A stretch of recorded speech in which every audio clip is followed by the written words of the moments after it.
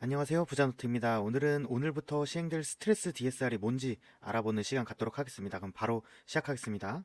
오늘 다양한 기사들이 나왔죠. 오늘부터 스트레스 DSR이 시행되기 때문에 관련된 많은 기사들이 나왔는데 처음 부동산을 공부하시는 분들이나 해당되지 않으신 분들은 이렇게 따로 찾아보지 않으시니까 이 제도가 무엇인지 정확하게 모를 수가 있거든요. 그래서 제가 오늘 왜 시행되고 개념이 뭐고 그리고 앞으로 이게 어떻게 영향을 줄지 한번 알아보도록 하겠습니다.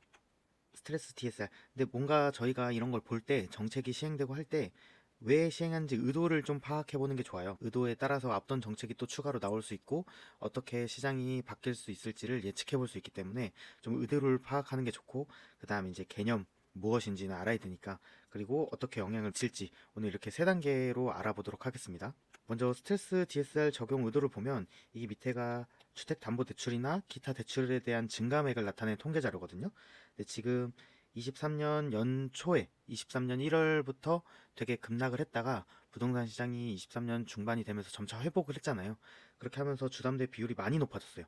많이 높아졌고 현재는 주택시장이 아직 조금 보합세 아니면 일부 하락세를 계속 보여주면서 주택담보대출 비율이 낮아지곤 있지만 그 전체 총 비율을 보면 한창 끝판 상승하던 21년도랑 비슷한 수준이에요. 그래서 지금도 주택담보대출 비율이 높은 편이고 그래도 반대적으로 이제 기타 대출은 많이 줄어서 그나마 다행이긴 한데 주택담보대출 비율이 아직 높은 수준이거든요. 정부에서 이런 가계대출이나 주택담보대출이 빠르게 늘고 있는 상황에 대해서 되게 지금 경계하고 있는 것 같아요. 그리고 올해 금리 인하가 가장 이슈잖아요. 그래서 미국에서는 아직 물가가 좀 높고 경제 성장률이나 노동시장이 아직 견조하다 보니까 금리 인하 폭이나 인하 시점이 많이 늦어졌는데 그래도 금리 인하를 올해는 할 것으로 전망이 되거든요. 그거에 맞춰서 한국은행도 한국 시장도 금리 인하를 할 수 있기 때문에 주택담보대출이 높은 상황에서 금리 인하까지 이제 실질적으로 나오면 주택담보대출 비율이 더 높아질 수 있기 때문에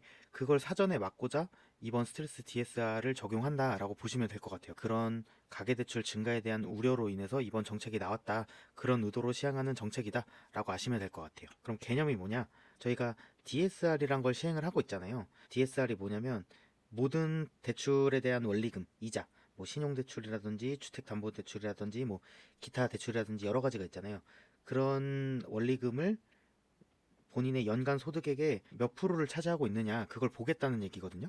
근데 스텔스 DSR은 거기에다가 추가적으로 일정 수준의 가상금리를 부과하겠다는 거예요. 그러면은 일정 수준의 가상금리가 추가되면 원리금이 좀 더 확장이 되겠죠. 그러니까 비율이 한정돼 있다면 결론적으로는 대출 한도가 줄어들겠죠. 그래서 대출 한도를 줄이려는 목적의 정책이다라고 보시면 될 것 같아요. 여러 가지 이제 자료가 나왔는데 지금은 DSR을 적용할 때 내 소득 대비 총 대출의 원리금 얼마라는 비율을 갖고 보잖아요. 근데 그 원리금을 계산할 때 현재 금리로만 봐요. 현재 금리로만 보는데 스트레스 DSR이 시행되면 현재 금리 플러스 스트레스 금리라는 이제 가상금리를 추가해서 보기 때문에 대출 한도가 줄어들 수밖에 없죠.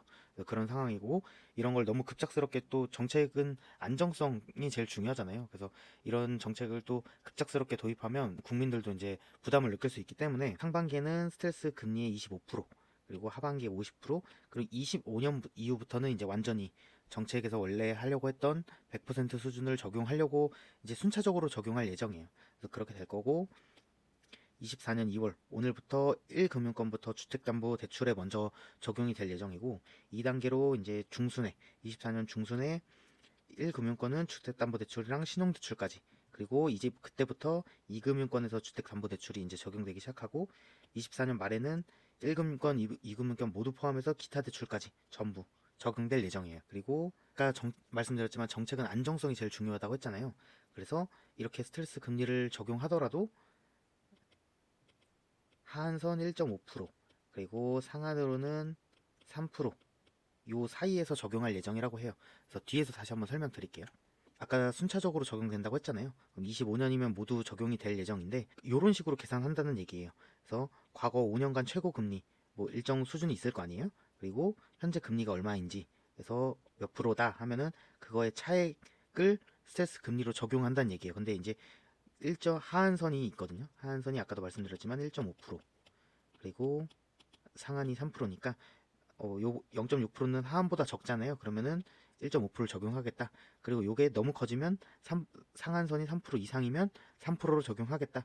이렇게 안정성을 추구하겠다는 얘기예요. 그래서 너무 변동성을 줄 수는 없기 때문에 그렇게 하겠다는 얘기고, 그리고 25년 되면 만약에 예시로 한번 해보면 이해하기 편하잖아요. 그래서 연소득이 5천만 원이다 하면은 25년도에는 지금은 3억 3천만 원 정도 받을 수 있는데 2억 8천만 원 정도로 한 16% 정도 대출 한도가 줄어들 수 있다.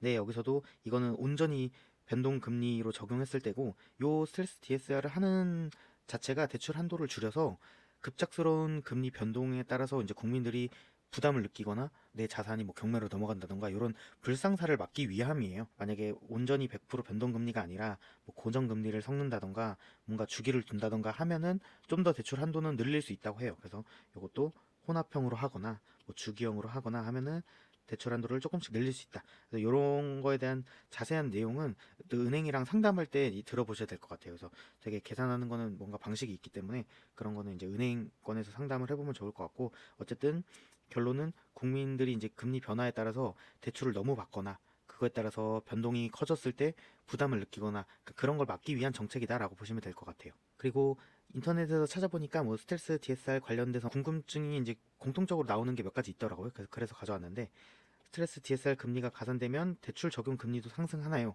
그러니까 요건 약간 기본적인 궁금증인 것 같아요. 어쨌든 스트레스 DSR을 하면서 금리라는 얘기가 나오고 또 가산된다는 얘기가 나오니까 요걸 이제 라이트하게 받아들이는 분들은 대출 금리가 그럼 올라갈 수도 있는 거 아니냐 뭐 이렇게 얘기하시는 분들이 있는 것 같아요. 그래서 근데 그런 부분은 아니다.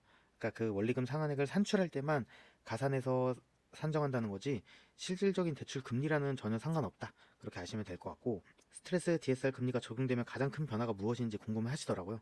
결론은 대출 한도가 감소하는 거예요. 예.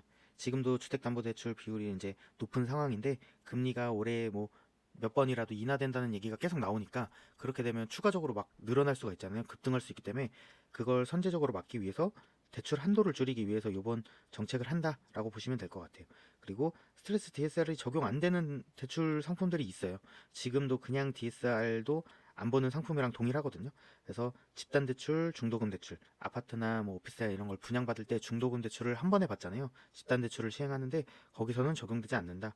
그리고 정비 사업 같은 경우에 이주비 대출 적용 안 되고 300만 원 이하 소액 대출 이런 것들은 보통 서민분들이 많이 받는 대출이기 때문에 적용 안 하는 것 같고, 그리고 여기서 중요한 건 전세자금 대출. 매매보다는 전세자금을 대출받는 거는 이제 정부에서도 이제 서민들의 주거 안정을 위한 대출이라고 생각을 하기 때문에 이쪽은 적용 안 하는 것 같아요. 그리고 총선이 오잖아요. 그래서 전세자금 대출까지 스트레스 DSR을 하기에는 조금 정치권에서도 부담이 있다라고 보시면 될 것 같아요.